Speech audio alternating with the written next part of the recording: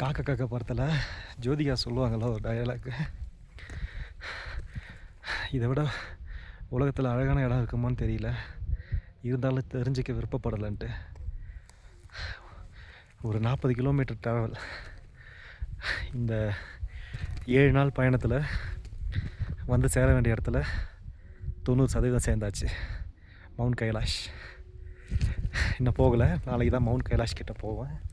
அங்கே தெரியுது மவுண்ட் கைலாஷ். இங்கேருந்து உங்களுக்கு தெரியாது, நான் ஜூம் பண்ணுறேன் பாருங்கள்.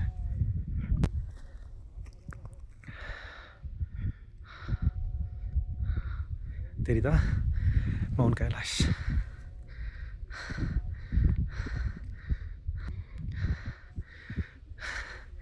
நேற்று திபெத் கண்ட்ரோல், சைனா கண்ட்ரோலில் திபெத் இருக்குல்ல, அங்கே வந்துட்டோம். அங்கேருந்து 40 கிலோமீட்டர் ட்ராவல்.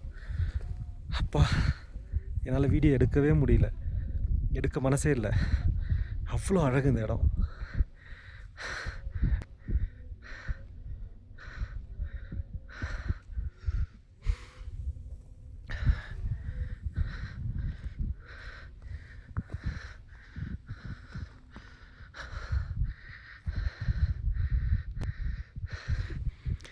வெயிலாக இருக்குன்னு தானே பார்க்குறீங்க,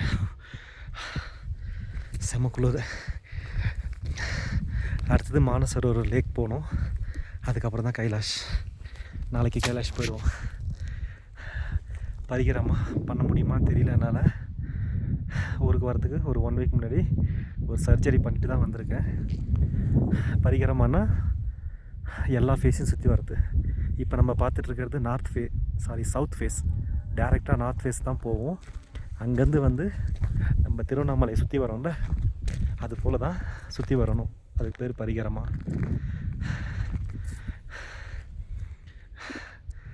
ரொம்ப அழகாக இருக்குது.